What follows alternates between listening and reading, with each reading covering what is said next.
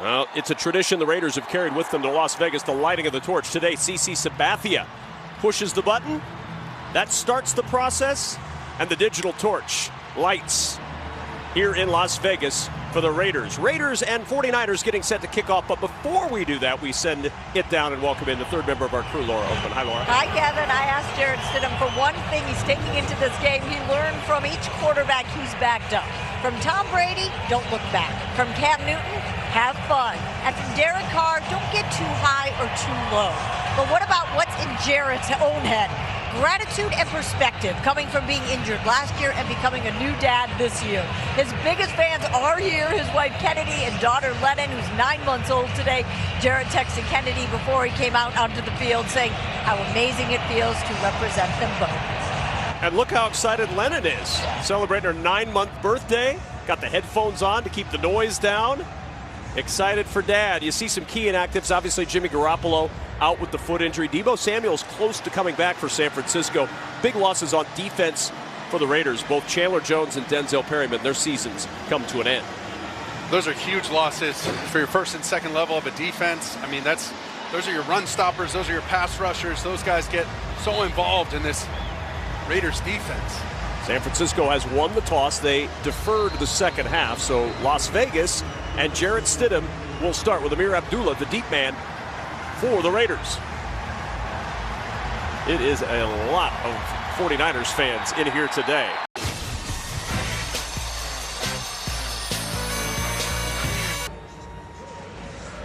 Everybody in Las Vegas knows about a bad hand. The Raiders have played one this season. 4-8 record in one-score games. 4 losses after leading by 10 or more points.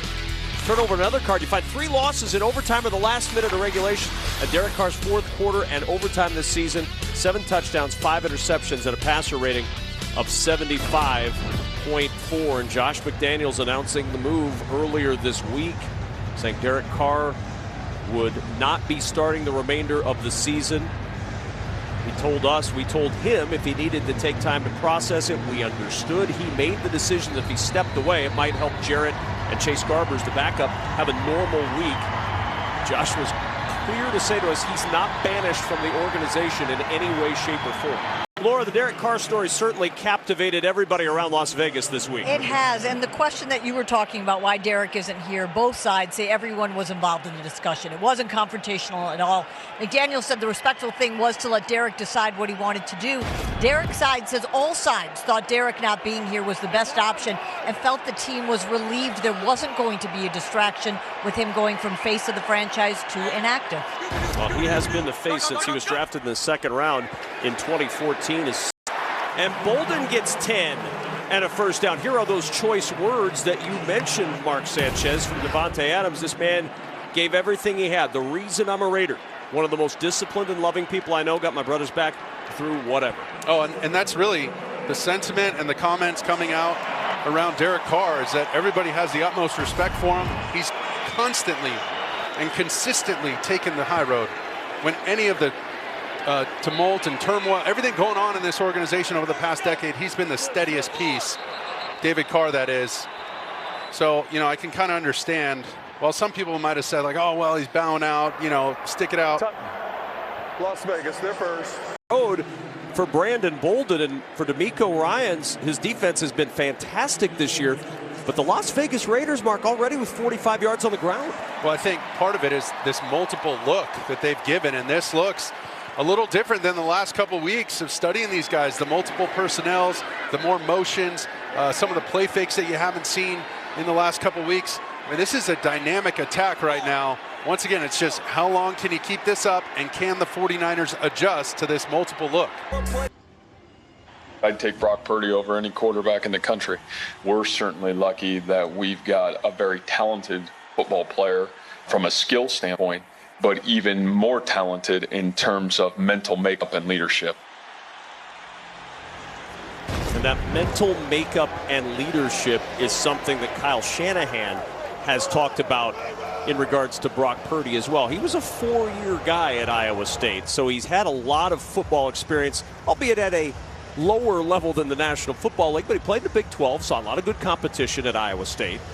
And Brock Purdy has shown that he's been, at least with a small sample size, That's right. up to the challenge so far. Oh, and he's been so steady, and we got that, his demeanor, even in our production meeting this week. He's just been so steady and so calm, and he's got a little juice when he enters that huddle, reminding guys, hey, man, I'm the only voice in here. You guys kindly quiet down. Trent Williams, all pro. But we saw it earlier, even on that first drive. So Brock Purdy goes to Brandon Ayuk, and Brandon Ayuk cannot pull this one in. The reaction, though. Yeah, but he goes right back to him a couple plays later, and he throws him the touchdown pass, and you see it on the sidelines afterwards. And you just remind guys, they're going to be in it. I'm going to need you later. And he's already picked that up because he's got reps. He's got time on task, albeit at Iowa State. I mean, that's just a huge advantage for him. You see some of these guys coming in with just 1 year as a starting quarterback, still learning all these things. And when you have to learn it at this level, that learning curve is awfully steep.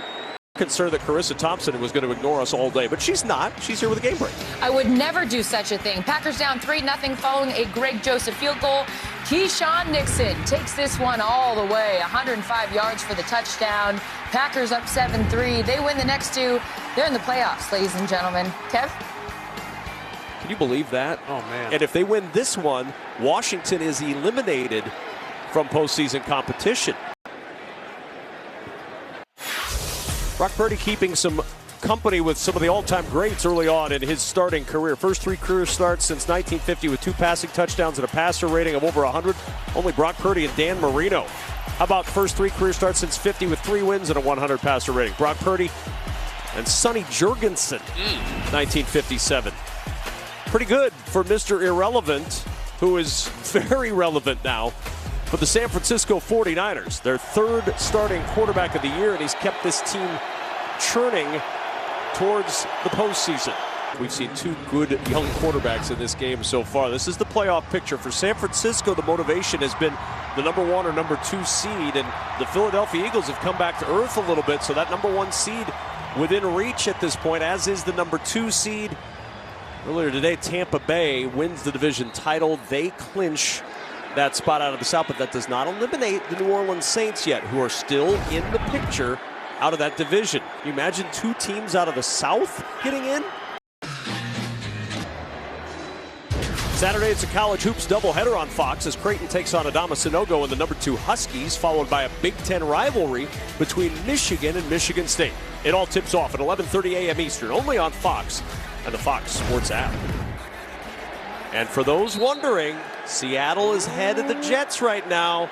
Raiders would love to see the Jets fall short in that one. Playoff hopes with a win would stay alive for another week.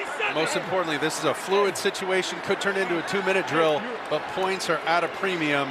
They got to at least settle for a field goal here after starting this drive with such great field position. From the 44, Jacobs to the 40, and very quickly, a Carissa Thompson game break. Thank you so much, Kevin. So Niners fans like this. Vikings trailing 7-3, 4th and 2. Kirk Cousins pass intercepted by Darnell Savage, return 75 yards. Packers leading this one 14-3. Kev? Big kick return, big interception return. San Francisco 49ers fans very excited about that as they chase the 1 or 2 seed. Right now the 3 seed. 2 minutes to go in this first half. Las Vegas on the move. San Francisco gets the ball to start the second half as we welcome you into the booth. That's Mark Sanchez. I'm Kevin Kugler. Jarrett Stidham, awfully good start so far, 114 yards. Excellent start. Kenny Rogers, the gambler. No one to hold him, no one to fold him. Get to the cage and cash out, my man. You got some money in your pocket. Make sure we score some points before this drive is over. Points are at a premium. Get in there, almost tied in this game. Go down 14-13. Don't press down the field. A 2nd and 6 from the San Francisco 40. Jarrett Stidham drafted by the Patriots, so he was with Josh McDaniels there, and then Josh McDaniels brought him over here this year and now getting his first career start today. In the AFC, the Raiders are still very much alive. They need to win this game first. They would love to see Seattle take care of the Jets. As of now, Seattle on top in that game going on right now. Kansas City, Buffalo, Bengals all battling for that 1 seed. And San Francisco will take a knee. They're going to get the football to start the second half, but they'll go into the locker room trailing after 1 half, 17-14. That's the end of the first half. We now go to Kurt Menefee in Los Angeles for the Verizon Halftime Report. Stidham on the roll, floating it for the end zone. Touchdown, Darren Waller. Purdy, play action for the end zone. It's caught. Ayuk, touchdown. Throwing back of the end zone. It's caught. And the toe tap by George Kittle. Secures the ball. Left foot in. Watch the toe right there. Oh, my. I feel bad for even doubting him. That was today's Game Flow, brought to you by Progressive. We welcome you back to Las Vegas, where the Raiders have a 17-14 lead. We welcome you back inside the booth alongside my partner, Mark Sanchez. I'm Kevin Kugler. Ice Cube performed at halftime, and I guess if you're Jarrett Stidham, you'd have to say today's been a good day, at least so far. Oh, I love it. That was great. And too short, don't forget. It's been a while.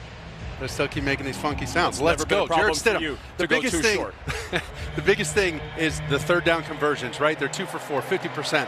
And then his distribution of the football. He looks in command. He looks so sharp. And he's having a ball out there, and he should be. His first game in front of his family, his little one watching on. I mean, she don't know, but she'll see replays of this. This is a big deal for them. Let's see if they can sustain it. And let's see what the 49ers have. Good teams down the stretch know how to adjust at halftime. Let's see what we got. And the kickoff through the end zone for the touchback. Let's go downstairs to Laura Oakman. I asked Kyle Shanahan, did you expect to see these young quarterbacks balling like this? And he said, I didn't expect it the other way. He said, I thought we'd be playing better defense. Right now, he said, we gave up 3 scrambling first downs. We got to push the pocket, not let him scramble. We're letting him be way too comfortable. I asked Josh McDaniels how much fun is watching your quarterback. He said, it has been fun. Great job sticking to his rules, and guys are helping him. He said Kyle does a great job adjusting. We got to make sure we contain the run game. With 2 touchdowns today, now with the most receiving touchdowns in the NFL, came in tied with Travis Kelce, who was shut out for Kansas City.